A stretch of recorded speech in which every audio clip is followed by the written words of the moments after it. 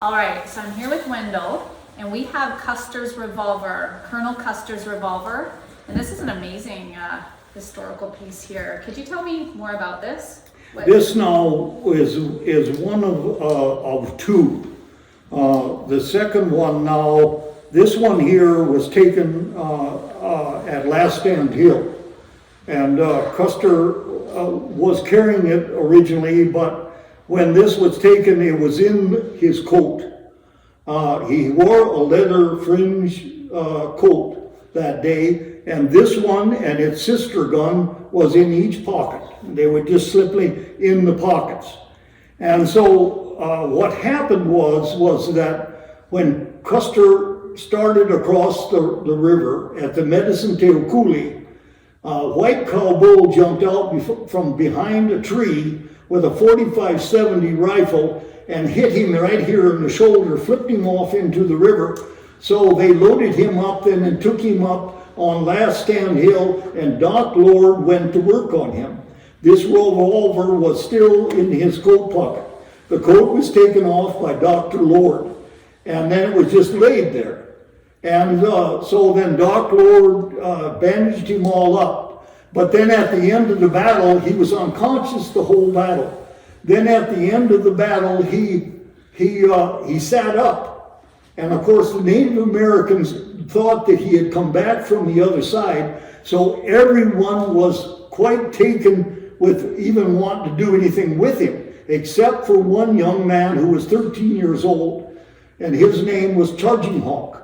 Charging Hawk was on a little pinto pony. He rode right up to Custer and shot him in the left temple, killing him. Well, then everyone came to Last Stand Hill and picked up. Two Cheyenne people picked up his coat.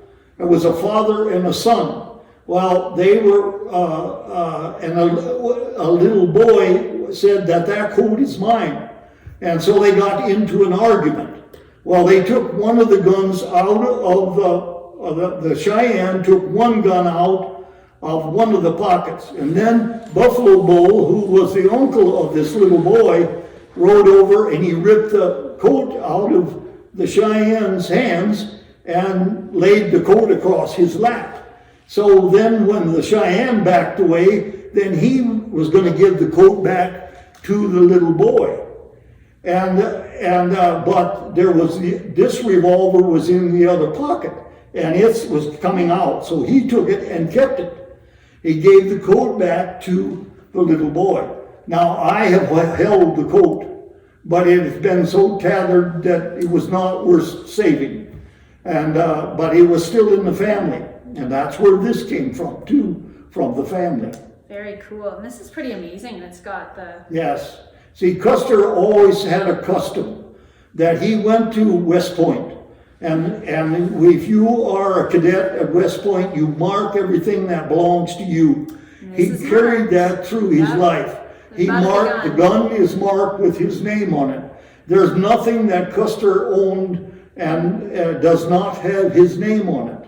And then, of course, he required his men to do the same. He even shot 3 men. He was court-martialed for shooting his men because they did not mark their gun, and they were arguing over who the gun belonged to. But Sheridan reinstated him because of the Sioux campaign, and when he reinstated him, then he committed him to the Little Bighorn, and of course the loss of his life. Wow, there's so much interesting information here. This entire binder, Wendell, is filled with information about this gun, and I really enjoy this story. So you actually were talking, the story was told by Dewey Beard to Orville Selway at Dewey Beard's little house on Rapid Creek in Rapid City, South Dakota in the early 1950s. So this is your recountment of that, right? Yeah. So Orville told me years later at his place in Keystone, South Dakota, Dewey Beard said, "I and my brother standing there rode with Chief Buffalo Bull at the Battle of Greasy Grass, Little Bighorn. Dewey Beard told Orville when the shooting started, Chief Buffalo Bull gathered his men. I and my brother rode with Black Moon, Comes Flying, Black Shield, Combing, Shoots bear as he runs. Scarly, did not come home. Fine weather. Frog, good fox.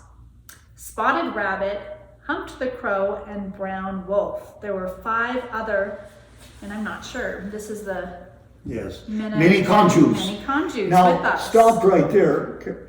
Yeah, you know, if for some reason that people do not believe that I have recorded this, think of all the names that are recorded.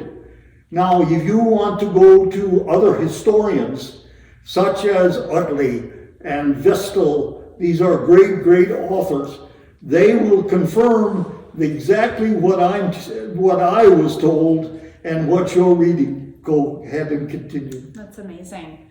Okay, so let's see. Some of us found our guns and horses and were mounted waiting for the rest when we saw Chief White Bull and his warriors ride out of camp. Chief Hump was having a terrible time getting ready. We left camp just behind Chief White Bull. We all rode toward the shooting. We could see White Bull and his men chasing soldiers as they rode for the river. Then White Bull and his men stopped. They were pointing across the river. They turned around and rode back toward us. Chief White Bull told Chief Buffalo Bull there were more soldiers riding down the east ridge across the river. Moving north, we joined White Bull. We all rode into Chief Hump's group. White Bull told Chief Hump of the soldiers across the river, riding hard north. Hump told us we will cross the river at the Cedar Coulee ford. We will cut the soldiers off from going north. We crossed the river, started up Cedar Coulee. Our group brought up the rear. Just as we entered the coulee, some Sioux warriors came off the east ridge and told us more soldiers are coming. So Chief Buffalo Bull had our 20 warriors turn south to fight these soldiers. This group of soldiers were at what is now called Weir Point. When the soldiers saw us coming, they retreated south. We killed 1 soldier. By the time we got back to the Cedar Coulee, we could hear shooting in the north, so we rode north along the bluff on the east side of the river. When we got to the deep coulee, we rode straight at Last Stand Hill. The battle was almost over. We helped kill the last of the soldiers. I watched as 2 Cheyenne, I can't remember their names, but they were a father and a son, Spotted Wolf and his son White Elk, take a white handled revolver, and that would be this one that we're talking about. This is the one we're talking about. From a man with his blue shirt sleeves rolled up. He was very bloody.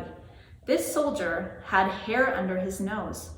My brother, Standing Bear, found a buckskin coat lying on the ground. It had a bullet hole in it and was bloody. My brother was only 16 years old, so the 2 Cheyenne tried to take the coat away from him. My brother fought hard to keep the coat. Chief Buffalo Bull rode up to the fight, and my brother handed the coat to him so he would not lose it. Buffalo Bull found another white-handled revolver in the pocket of the buckskin coat. Buffalo Bull kept the revolver and later gave the coat back to my brother, Standing Bear. And these notes were recorded in 1968. Yes. So that's incredible. Yes. So, you know, it's all of my stories are this way. They're direct.